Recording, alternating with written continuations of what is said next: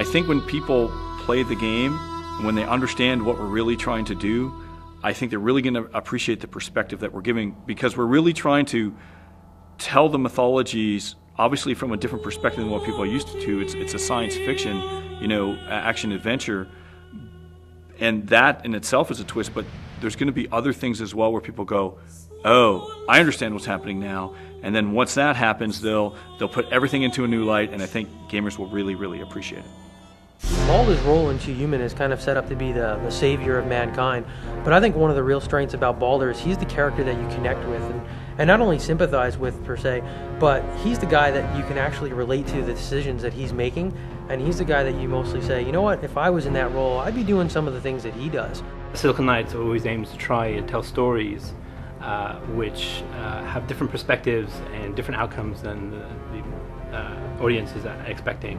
In the case of mythology, most writers will tend towards the most obvious characters. It's almost like a brand name recognition, if you will. And while we have Thor and Tyr and all the usual ones that you might be expecting, our choice of Baldur really opens up a completely new avenue of storytelling within the mythology, something that I don't think has actually been done before. Defining a main character is very, very difficult, whether it's defining the actor to play in a movie or defining a character and showing that personality and all the aspects of that character in a video game. It's quite a challenge. When we start off in content and story, knowing that we have a god based on Norse mythology and a god that not everyone knows about. Certainly everyone knows about Thor, Loki, and perhaps even Odin, but rarely do we have someone that would know about Baldur. We chose Baldur specifically to be the main character because it's almost like he's the perfect spectator in this massive or epic struggle between the gods and the giants. Because Baldur's role in the mythology is so small, it's really more like the people who created the mythology are really using him just to describe a single point rather than a whole story arc. It allowed us to take more liberties with him. We could basically fill in all the details, make them up, and basically expand his character for the purpose of our game story. On a 3D front, it was quite a challenge, of course, to take the two-dimensional concepts and try to push it towards, is that still following true with the personality of the character?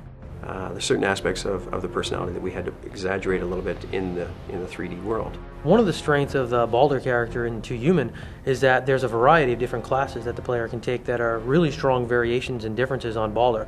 He's got a variety of different weapons he can use, from slashing sword-based weaponry to more blunt hammer-based weaponry. He can use different varieties, two-handed weapons, dual-wield weapons, so you can actually have a hammer and shield combo or two swords. Baldur's role in Two Human is he is the catalyst for everything pretty much in the trilogy. And all the things that he does and a lot of the things that occur around him really cascade into these massive events that he's going to have to deal with and others around him are going to have to deal with.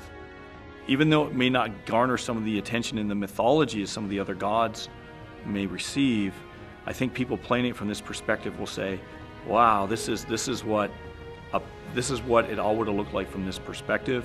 And seeing it from that makes it, I think, a really interesting experience for the gamer, and something, it's a story that we really want to tell and think is important, and I think people will appreciate. Making video games is always challenging, and you always find that when you work together on tough projects, that groups often get together and do various things. So we have guys playing hockey, we have volleyball. There's all kinds of interesting clubs that we have within Silicon Knights, so that people do to just blow off steam and to have a good time, while we're working on the games, which are so challenging.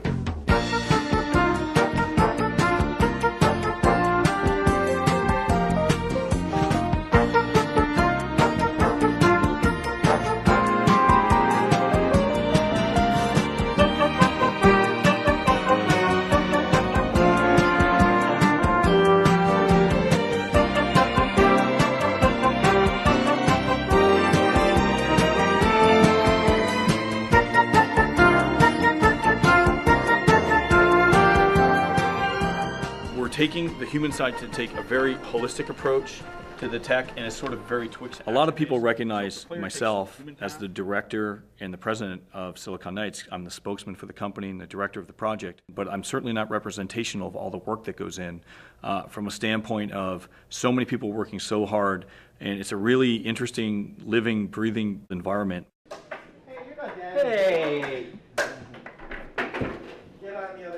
Very competitive in foosball, ping pong, hockey, soccer.